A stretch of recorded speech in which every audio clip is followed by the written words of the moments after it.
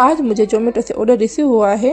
Hello everyone, जय Shri Krishna, welcome to my new vlog. कैसे हैं आप सभी लोग? आई होप आप सभी लोग अच्छे होंगे और स्वस्थ होंगे। तो आज सुबह में मुझे जोमेटो से 2 ऑर्डर रिसीव होते हैं। एक में था आलू पराठा और थेपला और दूसरा में था पोहा और उपमा का, जो मैंने दोनों ऑर्डर टाइम पर रेडी करके राइडर भैया को हैंड ओवर कर दिया। उतने में ही मुझे रात को सोसाइटी का ही एक ऑर्डर था